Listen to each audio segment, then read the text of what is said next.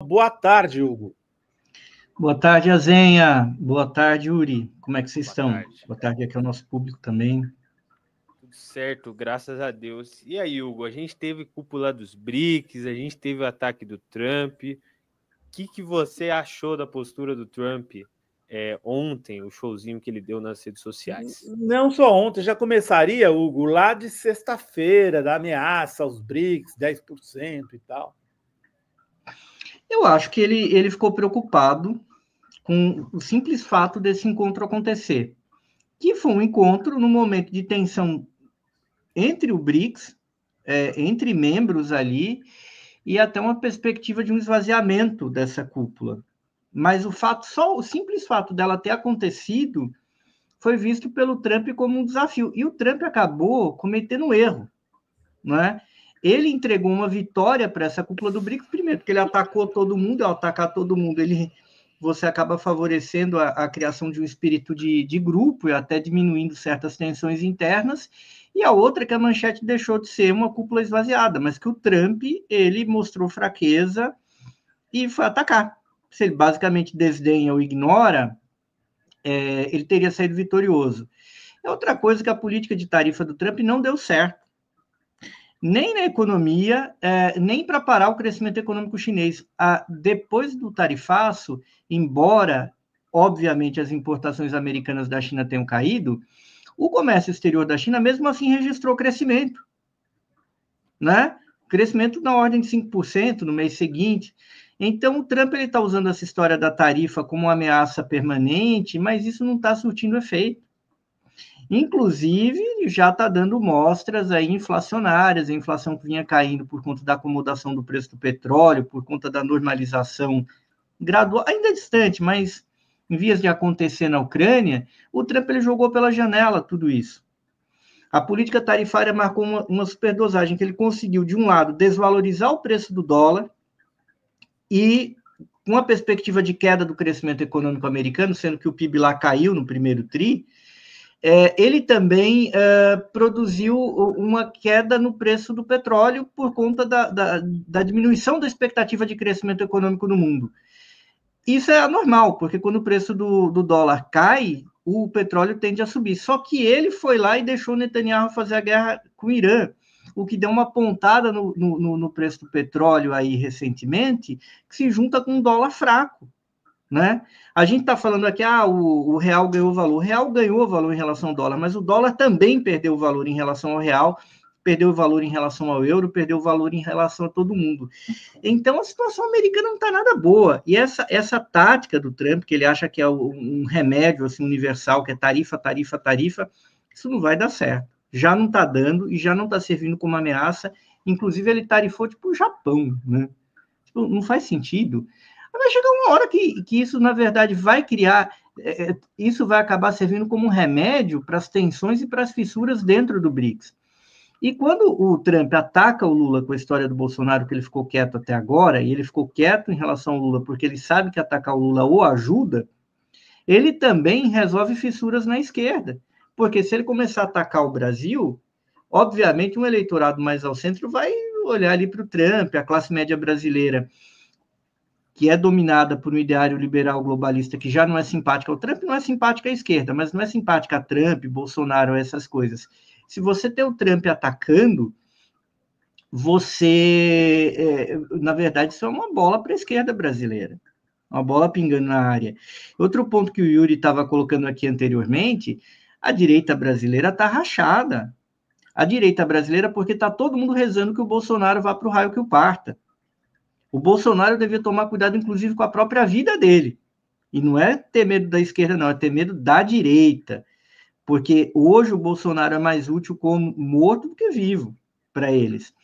E olha, Eduardo Bolsonaro quer que o Trump fale isso, mas até a página 2, ele não quer que o governo americano realmente reverta essa condenação em relação ao pai. Ele quer o pai martirizado para ele ser o candidato. E o Eduardo não é o candidato do Trump, ele é o candidato do Bannon, que nem sequer está na Casa Branca. Mas esse setor ideológico do bolsonarismo, do trumpismo, está com o Eduardo. Só que a ala política e também lideranças evangélicas que apoiam o Bolsonaro estão com a Michelle. E a turma do dinheiro, que gostou daquela loucura Está com o Tarcísio.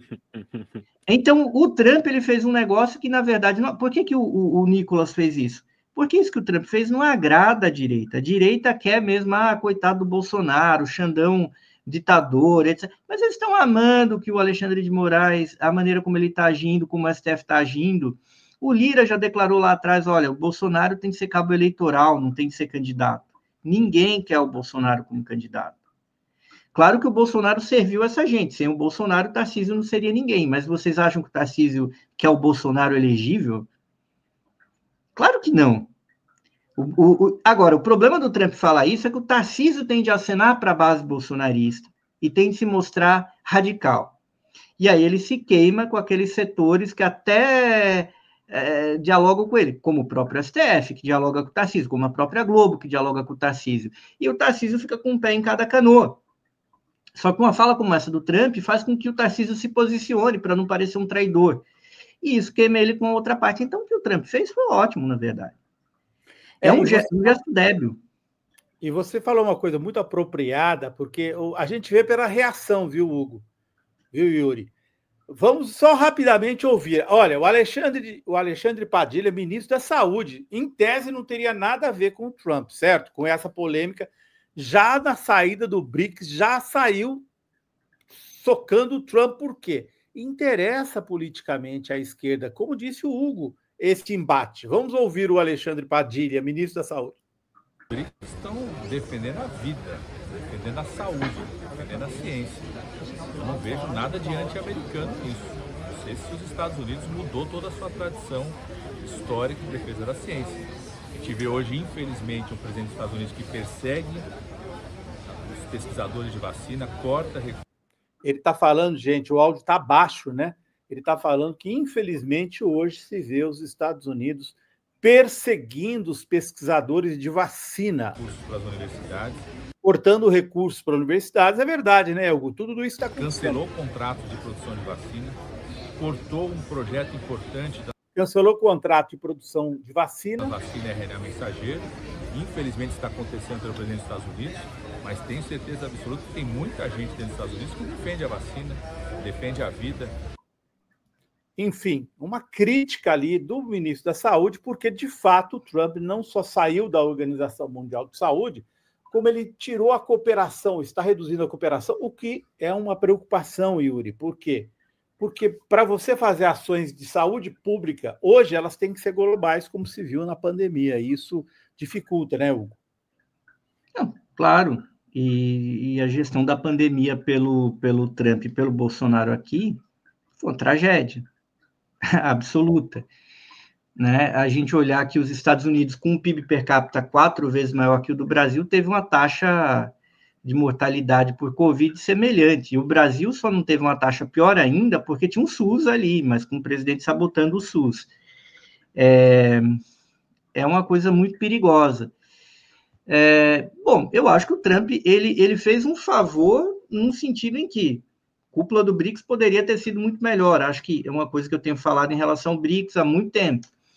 De um lado, o bloco se expandiu, está correto. Mas para se expandir também precisa aprofundar e melhorar a qualidade disso daí. Tem de fortalecer a posição do banco, tem de criar o fundo de reserva contingente lá, que é criar um FMI interno, tem de criar um mecanismo de troca, tem de criar uma moeda comum, como o Paulo Nogueira Batista Júnior coloca. Tem tudo isso, porque não adianta só expandir, é importante que expanda. Mas tem de expandir com qualidade, tem de pensar, inclusive, na autodefesa dos membros do bloco. Não dá para colocar o Irã ali dentro e deixar o Irã ser bombardeado, inclusive porque tem investimento ali. Então, tem uma série de questões, como também a própria postura do Brasil de não deu a prioridade devida. Acho que o BRICS é muito importante, é uma joia, é uma coisa que pode produzir uma alternativa, mas nem sempre o Itamaraty dá esse valor, não é? E hoje em dia que o Itamaraty tem um protagonismo maior do que tinha nos governos anteriores do Lula, o Itamaraty coloca ali, né? Mas o Trump ele acaba fazendo um favor para isso, porque o Trump lembra o porquê que esse bloco é importante, porquê que intensificar e desenvolver essas instituições do bloco é muito importante. Acho que a a Dilma Rousseff tem um papel importante, né, na liderança do banco, lembrando disso, procurando integrar mais países, como integrou agora a Colômbia. Tudo isso é muito importante, porque esse sistema mundial que a gente tem liderado pelos Estados Unidos não funciona mais. Não vai funcionar mais. O ministro Padilha colocou ali, os Estados Unidos talvez mudando sua posição histórica. Mudaram. São os republicanos de um jeito, com o Trump, ao meu ver, à deriva, e os democratas também, porque os democratas, a cúpula democrata está mais preocupada em sacanear figuras populares e de esquerda que se desenvolvem do que brigar com o Trump. Em Nova York, tivemos aí uma ótima notícia, que foi o Zohran Mamdani ganhando a prévia democrata, e mesmo após a vitória, você vê quadros do Partido Democrata atacando o cara, em vez de bater palma, sendo que o cara é uma liderança jovem, maravilhosa, e que mostra um caminho que não é do Partido Democrata tradicional, é dessa força socialista que se desenvolve ali dentro. E a gente tem um cenário que os Estados Unidos são completamente imprevisíveis, é óbvio. Partido Democrata, uma cúpula liberal ali, bancada por gente do dinheiro, sacaneando quem realmente tem popularidade, quem tem voto, quem tem enraizamento popular. E o Partido Republicano, dominado por extremas direitas que brigam entre si, no entanto. E o Trump, ele é um cara que se equilibra entre os dois pontos, mas você tem neoconservadores que são até piores em matéria de guerra que a turma do MAGA brigando entre si, brigando com os neoconservadores. E de olho também, lá como aqui, no futuro, porque o Trump quer o quê? Ele quer tentar melhorar a economia para eleger uma grande bancada na eleição de meio de mandato do ano que vem, para conseguir se reeleger, mudar, acho que, salvo engano, a 22ª emenda, porque ele não poderia, pela Constituição americana atual. Lá não pode você ter mais do que 2 mandatos, sejam continuados ou descontinuados. E de um lado, o vice dele, claro, quer ser candidato, e o Marco Rubio quer ser candidato também, ou alguns outros, como o Ted Cruz, que está lá no Senado. Então, eles também estão brigados lá. Só que é importante dizer que o que o Trump está semeando nos Estados Unidos é uma crise econômica. E é uma crise econômica nesse sistema global que a gente conhece. Então, avançar com o BRICS é uma urgência. É uma urgência, porque se você não tiver um sistema paralelo, monetário, comercial, estratégico, quando isso daqui ruir, a gente vai ser levado junto. Por que a gente está menos ameaçado hoje? Porque o BRICS andou, entre trancos e barrancos andou, se expandiu. Então, a gente tem uma possibilidade de ter uma estrutura. Isso é muito mais do que o antigo movimento não alinhado, porque ele tem uma perspectiva de ter um banco, ter um acordo um fundo ali de reserva. Ele tem um monte de coisa importante, tem um monte de mecanismo que o antigo movimento dos não alinhados não teve tempo nem condições de desenvolver. Então, se hoje tiver uma crise avassaladora no mundo, a gente tem para onde correr. E uma crise avassaladora no mundo, como a gente conhece, nesse mundo liderado pelos Estados Unidos, inclusive aceleraria o desenvolvimento do BRICS. E é para ir onde a gente não tem outro lugar para correr. E não tenhamos essa ilusão que será muito diferente nos Estados Unidos no curto prazo. Porque não será. A tendência é uma disputa do Trump contra figuras ali da direita do Partido Democrata, a menos que aconteça uma hipótese maravilhosa, que pode acontecer também, a política é a arte do impossível, de, talvez, no médio prazo, a gente ter uma reversão das expectativas no Partido Democrata, uma eventual vitória. Mas a gente não pode apostar as nossas fichas como a primeira hipótese. É aquilo que eu gostaria que acontecesse, eu imagino que vocês também, né, da gente ter no futuro socialistas ali, na cúpula do Partido Democrata, inclusive pautando candidato a presidente. Mas não é essa a hipótese mais provável. A hipótese mais provável em relação aos Estados Unidos é muito ruim, e isso se estende ao mundo que eles hegemonizam. Então, não há outro caminho senão construir com o que a gente tem. Não adianta, mas o BRICS não é perfeito. É o mundo que a gente tem, né? E a partir dali a gente tem de construir instituições que nos permitam ter uma alternativa a esse mundo aí que está em colapso, que não é outra coisa senão isso. E o triste é que o Trump, ele não é a verdade do povo americano, da classe trabalhadora americana, mas ele é a verdade do sistema americano. O Trump, ele é um representante por excelência e é autêntico desse sistema atual americano. Não tem como a gente fugir disso também. Eu queria aproveitar, Hugo, mantendo nos Estados Unidos, que é o seguinte, né? Azen, inclusive, se você puder botar na tela essa notícia que você trouxe, que é a do racha entre o Elon Musk e o Donald Trump. Porque recentemente aí o Elon Musk ele fez aquilo que todo mundo que acaba caindo dos bondes dos Estados Unidos, dos bondes da política faz, que é eu vou lançar um terceiro partido, vou lançar um partido que é nem o democrata nem o republicano. Isso sempre, a gente sabe, sempre dá errado. Já teve várias tentativas de uma terceira via nos Estados Unidos, nunca deu certo. Mas o Elon Musk fez esse comentário.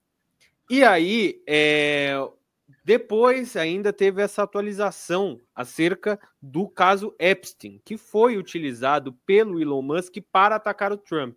Né, a gente sabe, o Epstein era um financista de Nova York, que tinha relações ali espúrias por conta de tráfico de crianças, tráfico de menores de idade, com fins sexuais, e ele era amigo do Donald Trump, assim como era amigo do Bill Clinton, assim como era amigo de grandes figuras da política internacional. E, recentemente, né, foi nessa segunda-feira, Zenha, que o FBI concluiu a investigação? A divulgação pelo Axios, que é um site, foi ontem a divulgação pelo Axios, de que o FBI concluiu a investigação, confirmando, porque tinha muito, a direita tinha espalhado muito com teoria de conspiração, que existia uma lista de clientes do Epstein, que ele tinha filmado. Aí o FBI fez uma investigação, que a gente tem que duvidar dessa investigação, porque o FBI controlado pelo Trump. Dizendo, olha, não tinha lista nenhuma, o Epstein nunca fez chantagem contra ninguém e ele cometeu suicídio mesmo, ninguém entrou na cela dele. Fecharam o caso. Quando o Trump fez campanha, Hugo, você acompanhou de perto, o que ele dizia durante a campanha? Vou revelar tudo do caso Epstein. Vou revelar todos os arquivos do Kennedy. Só que ele fez isso em relação ao Kennedy e não fez em relação ao Epstein com esta notícia. E agora, mais recentemente, o Musk, depois de brigar de novo com o Trump, hoje postou lá na rede social, olha quantas pessoas foram punidas pelo Trump no caso Epstein. 0. Então, é a briguinha deles interna. Agora, é difícil, mesmo o Musk sendo bilionário, emplacar uma terceira via nos Estados Unidos, né, Hugo? Olha, é difícil, ainda mais tratando do Musk, que ele nem é um americano nato e ele não tem uma plataforma tão redonda para criar um partido, mesmo que ele tenha grana. E, de certa maneira, o Musk ele tem uma grana, mas ele não tem tanta influência política. Tem gente menos rica que ele e tem uma fortuna, digamos assim, mais consistente, para não dizer coisa pior. Então, o Musk é um cara que tem tem ações, tem empresas que ele basicamente trabalha com uma grande política de marketing, de agitação e propaganda para que as ações dessas empresas valham mais do que realmente elas valem, né? Que é o caso da Tesla, que não entrega o que se propõe, e de uma série de outras empresas. Mas o Musk ele é uma fissura nisso daí, inclusive porque ele é uma dessas figuras aí do Vale do Silício que foram organizados pelo Peter Thiel, que é realmente a cabeça da conversa, que é o engate entre a CIA, isso é público, e esses empresários que foram também destruindo empresas menores do Vale do Silício, enquadrando a turma toda, até para precarizar funcionários e oligopolizar aquela região, e ao mesmo tempo que representa o setor de alta tecnologia americano. Vamos ver como vai funcionar essa coisa do Musk falando muita coisa contra o Trump. Pode ser que ele se torne disfuncional para o esquema e se livrem dele. Pode ser que a gente viu acontecer aqui no Brasil, a gente sabe como a extrema-direita funciona. De repente a pessoa parece, né, morta, tem um piripaque, toma um susto. Depende muito do que a turma do Musk vai fazer. É claro que o Musk ganhou muito dinheiro com essa história de apoiar o Trump, recebe muito subsídio do governo, mas ele foi atropelado por conta da política tarifária, né? E a política tarifária do Trump atropelou uma série de acordos que ele fez, sobretudo com a Europa, porque a Europa tinha acertado com o Musk de comprar um monte de Tesla e fechar o mercado para o carro elétrico chinês, para BYD e outros que pudessem aparecer, o que ia ajudar o Musk imensamente. Quando o Trump foi lá e tarifou a Europa também, os europeus automaticamente suspenderam o pacto espúrio que eles tinham feito com o Musk, achando que o Musk ia servir como alguma coisa junto ao governo americano. Então, acho que o Musk está bem ferrado nessa conversa toda. Ele corre, inclusive, risco de vida, como eu falei. É mais fácil o Musk morrer ou lhe acontecer algo até jurídico. Você está funesto hoje, hein, Hugo? É um terceiro partido. Porque é importante esse ponto que você colocou, Azenha, e é bom a gente explicar para o público aqui. Nos Estados Unidos, o Ministério da Justiça, que é o Departamento de Justiça, que é o DOJ, ele controla o FBI, que é a Polícia Federal, mas ele controla também, digamos, o Ministério Público. O Ministério Público está dentro da estrutura do Ministério da Justiça. E o que seria a Advocacia Geral da União também está dentro. Por isso ocorrem escândalos do tipo, Trump mandou o Departamento de Justiça tirar a acusação contra o prefeito de Nova York, o Eric Adams, que foi eleito pelo Partido Democrata, era uma figura da direita do Partido Democrata, colocado ali para bloquear a esquerda. O cara apronta de tudo no governo, rompe praticamente com o Partido Democrata, se revela o trumpista, que ele sempre foi ali secretamente. E o que o Trump faz? Manda o Departamento de Justiça tirar as acusações. Aí é uma questão que a gente vê como o sistema americano ele é rudimentar em relação ao sistema brasileiro. É como se o Lula falasse, olha, Lewandowski, tira a acusação ali. Ele tem esse poder, e tem mesmo esse poder. Então, os Estados Unidos têm um executivo escandalosamente forte, as pessoas não têm essa noção no Brasil. E o Trump usou de maneira, claro, corrupta para favorecer o prefeito de Nova York. Além desse caso do Epstein, que lhe interessa diretamente, ao que conste, claro, porque o Trump deve estar envolvido com até pedofilia. Agora, o prefeito de Nova York é assim descarado. O prefeito de Nova York recebeu propina, inclusive de um governo estrangeiro, da Turquia, do Erdogan, lá para basicamente boicotar manifestações em relação ao genocídio armênio, coisa assim podre, de máfia, coisa de quinta categoria. E o Trump mandou. Agora, por que o Trump ele fica tranquilo? Porque quem acusaria o Trump? O Departamento de Justiça. Vai fazer? Não. E se alguém fizer mediante uma ação privada, de alguma forma, vai bater na Suprema Corte, que é de maioria trumpista hoje. Então, ele conta com essa impunidade absoluta de soltar, e agora ele está achando que pode mandar prender, porque ele, inclusive, ameaçou o candidato Zohran Mamdani, o candidato vitorioso da Prévia Democrata, que é lá da ala socialista do Partido Democrata. Ele falou que ia desnaturalizar o Mamdani. Aí olha que ponto eles estão chegando. Então, sim, o Trump tem o poder de fazer isso, sim, o Trump usou esse grande poder que ele tem de uma maneira abusiva e ilegal, mas ele conta com o fato de que o Departamento de Justiça dele teria de acusá-lo. E se alguém tentar acusar o Trump de uma outra forma, quem vai julgar a Suprema Corte? A Suprema Corte muito provavelmente o absolverá, a menos que tenha um grande levante popular nos Estados Unidos. Então, é disso que a gente está falando quando a gente olha para os Estados Unidos hoje. Bom, gente, a gente está falando tanto de Trump hoje, né, Yuri? Porque o Trump se meteu aqui na política brasileira, atacou o Lula. No caso do Epstein, o Trump diz o seguinte: eu nunca voei num avião do Epstein e eu nunca fui na ilha do Epstein. Mas isso não significa nada, porque o Epstein traficava as jovens, como fez com uma que ele traficou, apresentou ao príncipe Andrew, lá em Londres, né? Ele fazia isso, pegava a jovenzinha, a menina tinha 17 anos, levou lá para o príncipe em Londres, depois levou o príncipe para sua... Sabe-se lá o que tem, né? O Elon Musk disse que o Trump está na lista, que agora o Departamento de Justiça diz que não existe. Mas eu queria encerrar o programa derivando para uma notícia de hoje, que é, Hugo e Yuri, queria que vocês comentassem isso. Hoje houve uma ação da Polícia Federal, mais uma, dentro do Congresso, em relação à questão das emendas, que pegam o esquema do Ceará. Tá? E aí, o deputado investigado é o Júnior Mano. Era um deputado do PL, tá? Que traiu o Bolsonaro porque ele se alinhou ao candidato à prefeitura do PT lá de Fortaleza, que acabou sendo eleito. Mas esse é um bolsonarista é ex-bolsonarista muito próximo do Hugo Mota. Ele foi alvo de busca e apreensão hoje, é o Júnior Mano, o nome dele é Antônio Luiz Rodrigues Mano Júnior. Ele era do PL, ao ser expulso, ele foi para o PSB.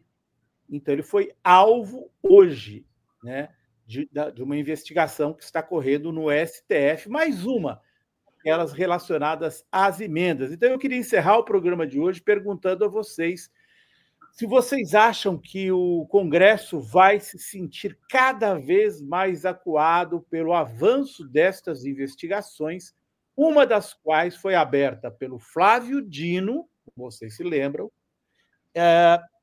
e na qual depôs, vocês lembram aquela ação que o Dino mandou abrir, e o que o muitos mercados. Glauber Braga foi um dos ouvidos ouvidos pela Polícia Federal. Yuri e Hugo. Olha, eu vou falar uma coisa, viu, Azenha?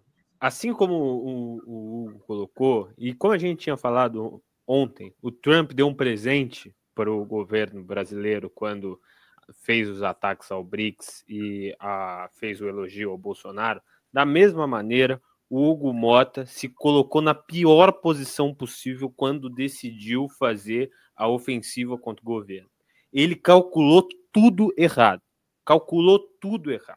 Porque agora, além de ter se tornado inimigo público do povo brasileiro, e as pesquisas mostram isso, a aprovação de 4% da população, o Hugo Mota conseguiu colocar o olho de todo mundo para as emendas parlamentares.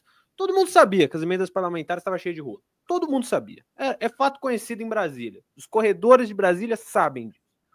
Mas, agora, ele deu ainda mais motivo para o Supremo Tribunal Federal, nomeadamente para o Flávio Dino e para a Polícia Federal, irem para cima da base de apoio do Hugo Mota na Câmara.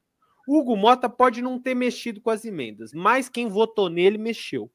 E isso pode complicar muito a situação dele, inclusive porque ele está de olho na reeleição já para o próximo mandato como presidente da Câmara. Ninguém nem sabe se ele vai ser reeleito, mas como deputado federal, mas ele já está de olho na reeleição. E colocar a polícia na cola do núcleo mais duro do Hugo Mota e do Arthur Lira, que também está ali no meio, complica também a situação dele como presidente da Câmara. Então, ele fez uma estratégia completamente errada. Ele matou a própria rainha no xadrez e agora está completamente fragilizado. De um lado, pela população que tem pressionado ele através da campanha Hugo Não Se Importa, e do outro, pela justiça que vai em cima dos seus aliados. O Hugo, agora eu quero ouvir o Hugo que é do bem, não o Hugo Mota. Quero ouvir o Hugo Albuquerque. Eu acho que essa história toda aí mostrou que o governo ele pode, mediante ação política, disputar com o Congresso, né? Eu acho que se cedeu muito para esse Congresso que foi eleito em grande parte pelo bolsonarismo, né? Com apoio do Bolsonaro, o Bolsonaro usando a máquina como usou para tentar a reeleição, inclusive de maneira ilegal, foi condenado. O Bolsonaro está inelegível pela maneira como ele conduziu a campanha eleitoral. A gente tem que se lembrar disso. Ele ainda não foi julgado nem pela história do golpe, ele ainda não foi condenado e ainda não foi devidamente responsabilizado pela pandemia.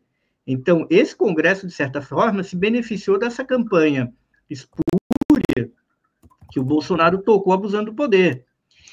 E eu entendo que o governo deveria ter sido mais firme contra esse Congresso. Ele poderia ter sido. É que os caras roeram a corda de tal maneira que, tipo o Trump.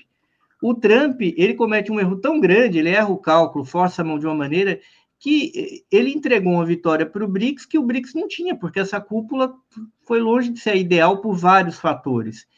O Hugo Mota, a mesma coisa, ele forçou tanto a mão. Ele poderia conseguir muita coisa na negociação. Quando ele tirou a escolha do governo e falou simplesmente agora quem governa sou eu e não tem mais governo, o governo fez ali uma semana de campanha e cadê o Hugo Mota? Entendeu? Uhum. Então, isso mostra que, de certa maneira, uma certa tática de negociar demais foi errada, porque o Centrão decodificou essa tese. Quando o Lula entrou no poder, eles achavam que o Lula ia dividir a bola. Eles já estavam preparados para isso. O Lula surpreendeu fazendo diferente. E eles não, a direita não soube decodificar o Lula lá no começo, só que eles decodificaram o lulismo agora.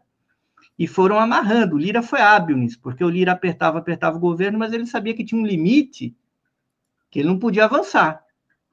E esse foi um erro do governo, porque o governo deveria ter avançado para cima do Lira. Só que o Hugo Mota é um garoto. O Hugo Mota é o terceiro homem da República, ele tem a minha idade. Isso não tem nem cabimento em termos etários. Né? Ainda que o Hugo Mota fosse uma pessoa brilhante, o meu xará tem minha idade também, não tem cabimento. Ou vocês, imagina, gente, se o Hugo Mota assume a República, pode acontecer, o cara é o terceiro da República. Entendeu? E ele foi com muita sede ao pote, talvez movido pela audácia própria da juventude relativa, e eu acho uma coisa meio absurda, né? Que é coisa de oligarquia nordestina lá do meu Nordeste querido, né? Mas eu conheço bem a oligarquia de lá, de repente o cara, ele tá com seus 37 se imaginando também um garotão. Eu já me sinto velho. E eu acho que ele tá errado de se sentir tão jovem, ter essa audácia, né? Ele já deveria ter envelhecido o suficiente, ter amadurecido o suficiente para ter entendido que ele não podia ir com tanta sede ao pote. Ele foi. E não teve ninguém desses caras do Centrão para falar, calma, Mota, calma. Nem o Lira, ou ele não ouviu. Ele cometeu um erro. Então, o que o Hugo Mota fez? Foi ótimo. Eu espero que o Hugo Mota dobre a aposta. É que eu acho que ele não vai dobrar, né? Mas eu acho que o que ele fez foi ótimo, porque ele deixou o governo sem saída, e o governo falou, vou brigar. O que aconteceu? O Hugo Mota perdeu. Isso mostra um caminho para a gente. O Hugo Mota, ele talvez... Porque como ele é muito precoce, ele foi eleito pela primeira vez aos 21 anos de idade, a primeira eleição, então... Mas ele não, acho que ele não levou em conta que o Lula, que está do outro lado, é muito, né? O Lula tem muita experiência política. O Lula perdeu 2 eleições, gente, antes de ganhar 4. Então, assim, não é que o Lula ganhou só 4 eleições, o Lula ganhou 4 eleições, mas perdeu 2 também. Tem muita maturidade política e o Lula é esperto, né, gente? É esperto, é inteligente, conhece os bastidores de política. Vamos combinar aqui, né? Que o Lula ganhou as 2 dele, as 2 da Dilma, 4 mais uma agora, 5, na verdade, 5 eleições, né? Ganhou as 2 da Dilma e as 2 dele. Quem é um presidente que fez o seu sucessor? E como alguém chamou a atenção, né, Yuri, aqui no chat, o Trump reclamou, Bolsonaro tem que ser enfrentado nas urnas. Ele já foi testado nas urnas e perdeu em 2022. Pois é. Hugo, queria agradecer muito a sua participação no Fórum 11h30. Qualquer dia a gente se encontra no Bexiga e toma uma. Um forte abraço para você. Obrigado, viu? Imagina, Celso gente. Rivas, lembrando que o Lula perdeu, como disse o Hugo, 3 eleições, é verdade. O Lula perdeu 2 vezes para o FHC e perdeu para o Collor. É isso, gente. Então, Um abraço. um grande abraço. Obrigado, viu, Hugo, pela sua presença, gente. E